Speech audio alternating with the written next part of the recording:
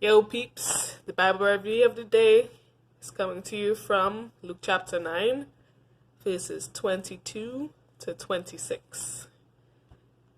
This is something that God has been repeating to me over and over for a while now, probably for the past, I don't know, more than a year now. But even more so, it's really hitting harder because this little passage that I'm about to read, the theme is about dying to yourself, right? And everything in this will being about God and bringing Him glory, which I think is something that we know in Christianity that we're supposed to pick up our cross and die, but we don't really look at it as the the foundation of what Christianity is. We I don't really hear this topic preached in the church much at all. I can't remember if I've ever actually heard this in my own home church, to be honest. But this teaching that is because we like to, and it's funny because I was talking to a friend about this yesterday, and we like to have this whole thing about preaching that God is the Lion of Judah, which he is, like meaning like the victorious conqueror, like we could do all things through Christ who strengthens him, like he, like more of the glory. We like to like focus on the glory side of God, but failing to also just as much emphasize and teach that he was also the Lamb who was brought into this world to ultimately be slaughtered and suffer very much so for us. And that is kind of this grim imagery and something that would sober us, but is what he also came here to do. Like he came as a Messiah to save us from our sins. How did he need to save us, or what was the mode um of like that he the route rather that he needed to take to save us? He had to suffer, and it's something that we don't like to accept as Christians because, I mean, who likes to suffer? I don't. But anyway, so this is what, just to preface, like what this scripture is about. That's basically a summary of it, but I'll read it. So again, Luke chapter 9, verses 22 to 26. The Son of Man must suffer many terrible things. He said, this is Jesus speaking to his disciples. He will be rejected by man, by elders, the leading priests, and the teachers of the religious law. He will be killed, but on the third day he will be raised from the dead. Then he said to the crowd, if any of you wants to be my follower, you must give up your own way. Take up your cross daily and follow me. If you try to hang on to your life, you'll lose it. But if you give up your life for my sake, you will save it.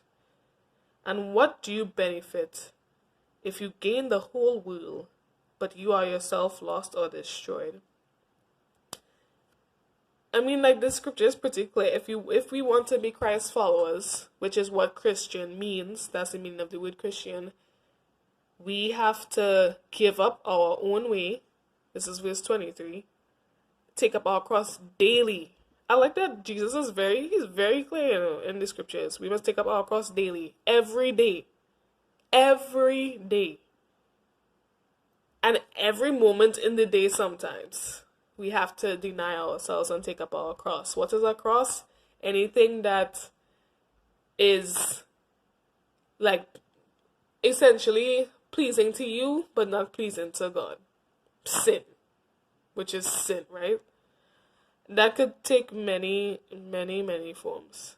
I think like we also have a tendency as Christians to only talk about the big sins. And this is another thing that we did as humans. We made a whole hierarchy of sin when there's no such thing in God's eyes. Sin is sin. And but going with the human hierarchy of sin, like we like to think about like murder and sexual sins and I don't know, more of the flagrant sins that just out there in the face, like bam. But we forget to realize that, like, gossiping is a sin, thinking badly about is sin. The other day, you know what God convicted me of? That low self-esteem is a sin.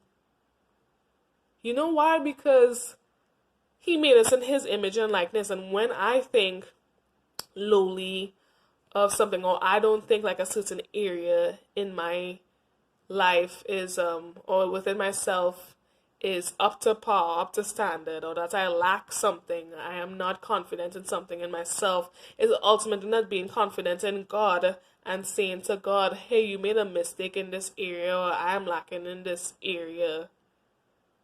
And that is not true. God doesn't make mistakes, and that is also a form low self-esteem is a form of doubt, which is the opposite of faith.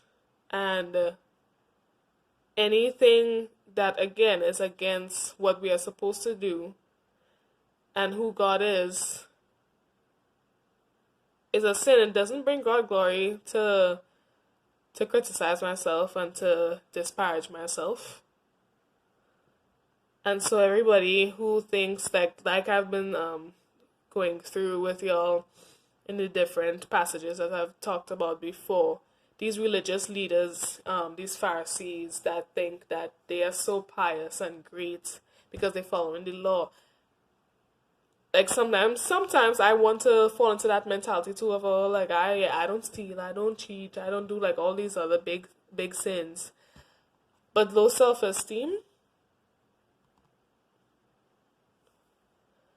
or like just like there are a lot of things that again that doesn't bring that we do that doesn't bring glory to God. And that example is just one of many other ways that we are expressing some form of doubt. Whenever we criticize ourselves about anything, we are criticizing God because we are his creations, right? It's like a illustration that God gave me some years ago. Is like when you look at a painting in an art gallery, you look at a painting, and if you criticize this painting, right? Oh, like it, I don't know, I just think it's stupid. I don't get this. Like it, look at that face, that ugly, whatever it is, right? You're insulting the artist. Ultimately, like, yes, your words are directed at this object, but it's the artist who made it. And again, it's God who made us. So be careful at how you're talking to yourself, because that's how you're talking about God. Whew, Jesus. God. And then, so in verse 24, this is the New Living Translation that I'm reading from. It says, if you hang on to your life, you would lose it. But if you give up your life for my sake, you will save it. A lot of other translations have it like what the NIV says here, which is, for whoever wants to save their life would lose it, but whoever loses their life for me will save it. And this, I've heard, again, these are scriptures that I've heard many times, and this is a verse that I've heard many times. So like if you choose to hold on to your life, you would lose it. But if you give it up for my sake, you will save it. And I never really understood it, right? But until I read, this is from the Passion Translation, same verse 24. For if you choose self-sacrifice, giving up your lives for my glory, you will embark on a discovery of more and more true life. I love that, true life. It means that this life that I want to live for myself is not the quintessential life that I could really live. What the greatest ideal and dreams and aspirations I have of what my best life could be is like far below what God could really give us. Sorry, if we really give it over to him. Bible says that he could do exceedingly abundantly above and beyond or that we could think or imagine. Do you really get that? That means like what I could even imagine, like the best fantasy I have in this world could be exceeded above and beyond that. Like that's what God could do. And that really got me last night when I was talking to God. He's like, you think your best fantasy is the best? He's like, I could like top that. And I was just like, wow. And like, yeah, so when I choose to live life for myself, right? So like just to get all my blessings, all my glory, what I think glory would look like. And it's so easy to slip into this culture of like self glorification, especially in this age where social media feeds that desire with all the likes and all the affirmation that could come through the comments and everything. It's hard to give up that to do the opposite, which God calls us to do in the same ways. But if you choose to live, yeah, if you give up your lives for my glory, like you would discover more and more true life. So we have to ask ourselves the question of, do I want to live my life for myself or for God? And the answer as Christians is that we're living our lives for the glory of God, not for ourselves. And then in the Passion Translation, it says, if you choose to keep your lives for yourselves, you would lose what you try to keep. Right? So everything that all the glory that you're trying to bring to yourself, all the satisfaction, whatever it is, and say it's whatever it is that you're trying to seek, you would lose it because you're trying to do it from your own might, forgetting that everything that you have comes from God in the first place. Huh. And in the Passion Translation, verse 25, it says, even if you gained all the wealth and power of this world, everything it could offer you, yet lost your soul in the process, what good is that? The NIV says, what good is it for someone to gain the whole world and yet lose or forfeit their very self? I like that translation because of the imagery of, like, if you gain the whole world but yet lose or forfeit your very self, like what good is that? And like that word forfeit just struck me because it's like what it is to forfeit, to give up something, right? Or to lose the right to something is what I saw another definition define forfeit as. So in me wanting to like live this life for myself, I'm actually forfeiting, giving up the right to really live how God truly made me to live, which is for His glory. Again, and this is a hard concept for us as humans to deal with, because it's like, okay, well, what about me? Like, okay, so why? Sometimes I wonder that, like, why am I even here? If everything was made for your glory, I was made for your glory, God, then why do you even have me here? That is a question that I still wrestle with personally, and I don't know if I have a strong answer, to be honest, with y'all about like why it is that God really needed to make us. But all I know is that it is for His glory, and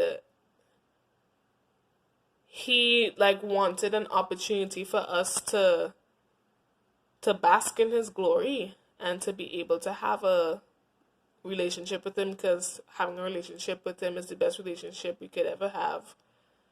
And so yeah, just asking God to help me really live this out and really do and be what it is to be a Christian, which is a Christ follower, following every single thing that Christ did, including dying. Right? And I'm thankful that I don't have to go through the death that He went through. But, I still have to daily go through a lot of self-sacrifices and self-deaths to emotions, pride, everything else that is fighting against God's will for my life, and yeah, just my objective of glorifying Him. So that's my prayer for us all, that we would truly realize and begin to accept our role as Christians to die to ourselves every day, and to accept that Jesus was the Lamb who came to be slain, and that's what we are called to do as well. It's not an easy thing, and this is not a sexy sermon, and I think that's why it isn't preached in the churches a lot, because you wouldn't get a whole bunch of members coming in saying, "Welcome to the family of Christ, where you have to die every day to yourself." But it is what it is. And I think once we get that, but it's not like just dying to die and suffer, right? It's dying to become our true selves and to become one with God. It's just like nothing else but God would do. And if we see God as being like our everything, then this self-death would be more of like a joy, as in wanting to give up like our false selves in order to like truly be like Christ. And that should be a glorious thing, although it doesn't feel like it. But yeah, so that's what I wanted to share. But yeah, take courage, because God is going to help us out. And again, the sufferings of this world is nothing that is going to be compared to the glory that we'll see in the other when we join Him in heaven. So still take heart and be blessed, because it'll be all worth it.